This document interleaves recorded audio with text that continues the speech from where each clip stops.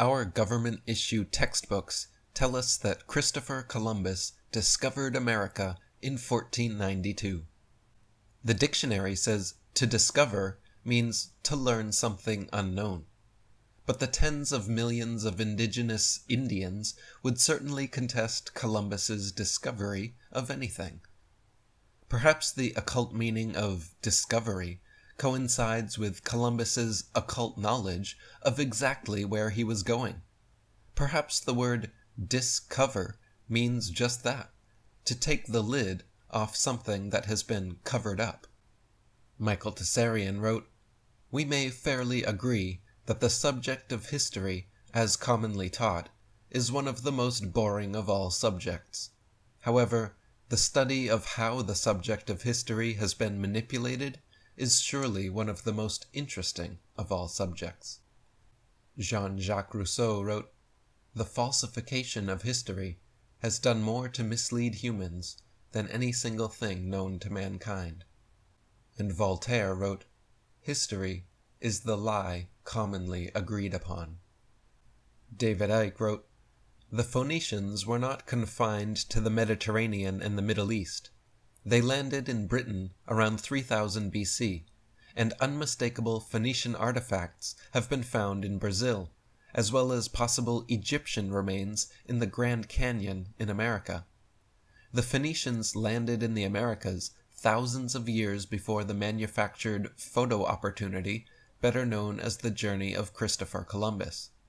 The reason that the native legends of the Americas speak of tall white gods coming from the sea bringing advanced knowledge is because that is precisely what happened, if you forget the gods bit." When critics objected, saying Columbus's mission was impossible, he often countered these objections, saying he, quote, "might discover some very beneficial island or continent about 750 leagues to the west.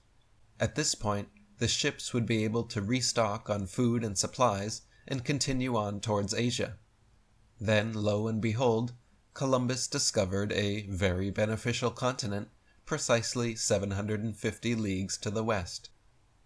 Alex Christopher wrote, "In the agreements signed on April 17, 1942, the Capitulo, and on April 30th, 1492, the Titulo, the strange fact is that more attention is given to the rulership and jurisdiction of problematical lands that might be discovered en route than to a division of spoils from wealthy Asia. In Scotland's Knights Templar Rosslyn Chapel, there are clear depictions of corn and aloe cactus found on the archways and ceiling.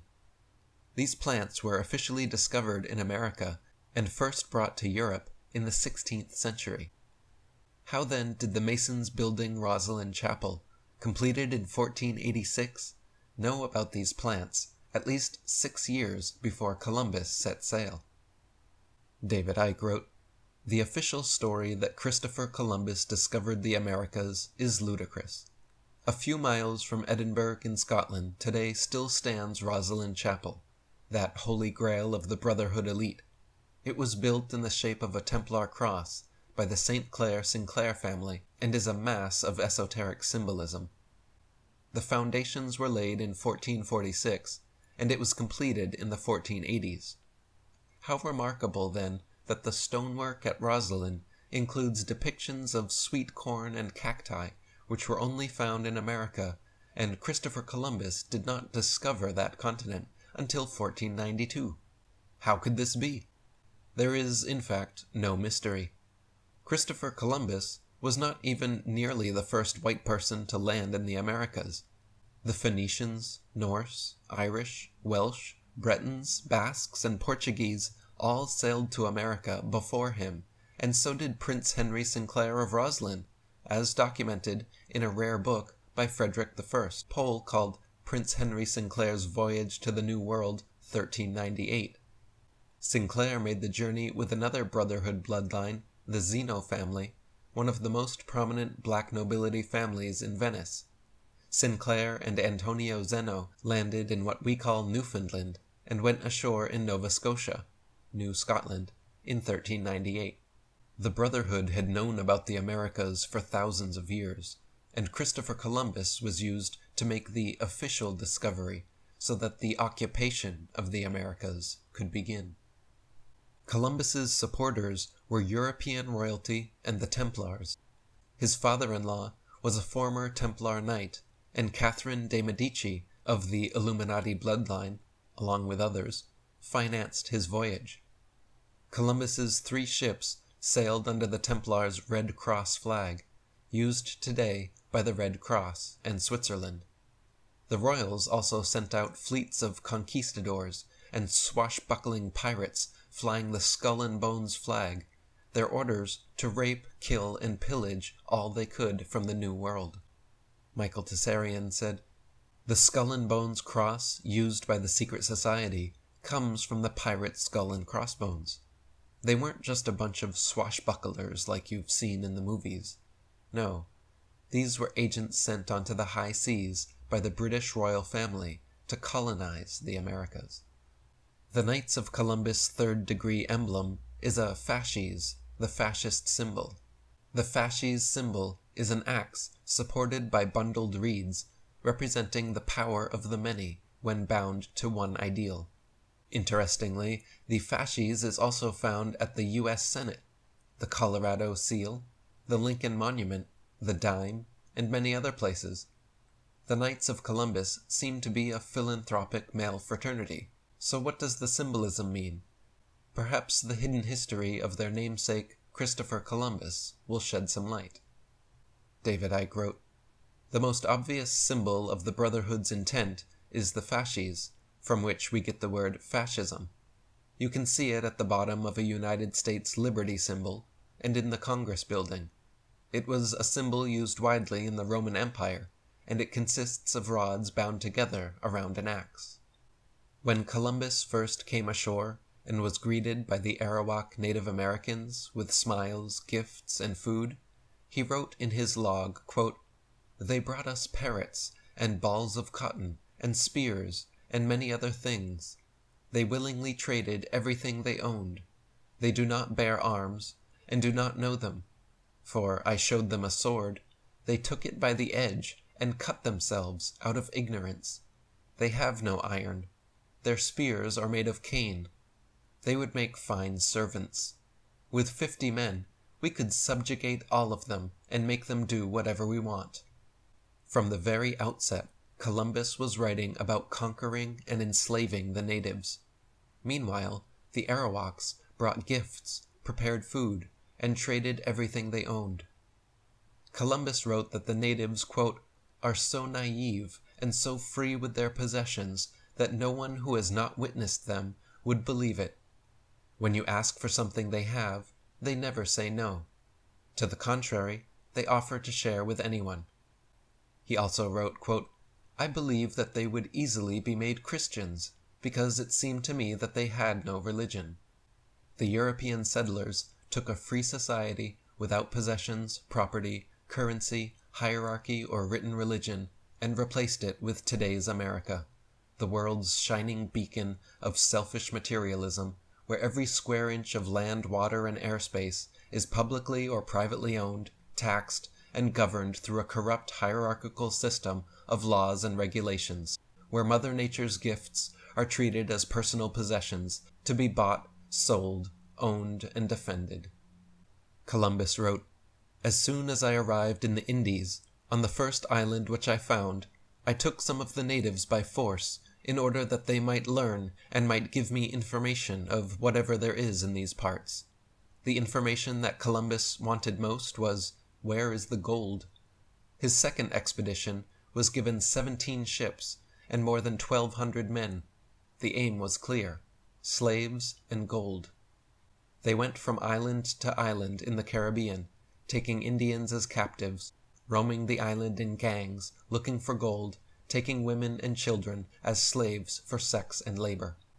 Helen Ellerby wrote, "It was Columbus's avowed aim to, quote, convert the heathen Indians to our holy faith that warranted the enslaving and exporting of thousands of Native Americans. That such treatment resulted in complete genocide did not matter, as much as that these natives had been given the opportunity of everlasting life through their exposure to Christianity. The same sort of thinking also gave Westerners license to rape women. In his own words, Columbus described how he himself took his pleasure with a native woman after whipping her soundly with a piece of rope. By 1508, the settlers were responsible for 3 to 4 million Native American deaths.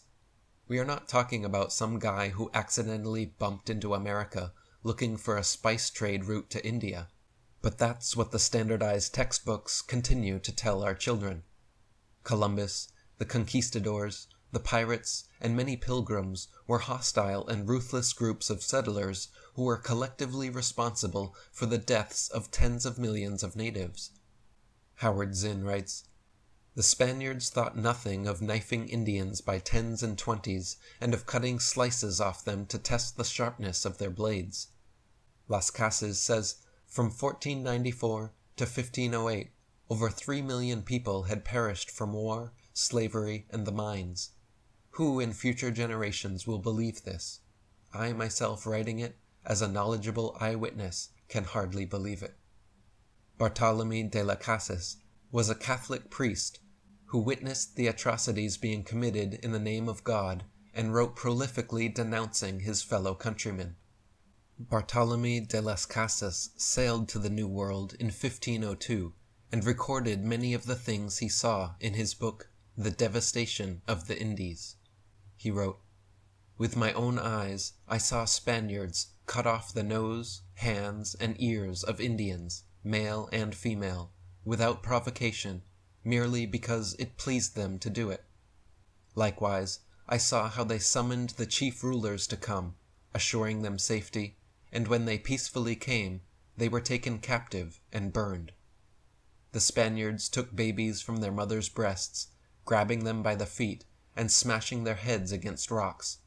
They built a long gibbet, low enough for the toes to touch the ground and prevent strangling, and hanged 13 at a time in honor of Christ our Savior and the 12 apostles. Then straw was wrapped around their torn bodies, and they were burned alive. When the Spaniards had collected a great deal of gold from the Indians, they shut them up in 3 big houses, crowding in as many as they could, then set fire to the houses, burning alive all that were in them. Yet those Indians had given no cause nor made any resistance. They would cut an Indian's hands and leave them dangling by a shred of skin. They would test their swords and their manly strength on captured Indians and place bets on the slicing off of heads or cutting of bodies in half with one blow. On every island Columbus discovered, he planted a cross, claiming ownership for his Spanish Catholic patrons. He read declarations of God-given rights to the natives' land in a language they couldn't understand, saying, "I certify to you that with the help of God we shall powerfully enter into your country and shall make war against you, and shall subject you to the yoke and obedience of the Church, and shall do you all mischief that we can, as to vassals who do not obey and refuse to receive their lord and resist and contradict him." Perhaps you can understand why the word cretin derives from Christian. Native American chief Hatui was captured and burned alive by the Christians. As he was being tied down, a Franciscan friar urged Hatui to take Jesus into his heart so that he may go to heaven and not hell. The chief replied that if heaven was where Christians went, he would rather go to hell. John Mohawk of the Seneca said, "Christopher Columbus is a symbol, not of a man, but of imperialism. Imperialism and colonialism are not something that happened decades or generations ago, but they are still happening now, with the exploitation of people, dispossessed from their land, and forced out of subsistence economies and into market economies. Those processes are still happening today."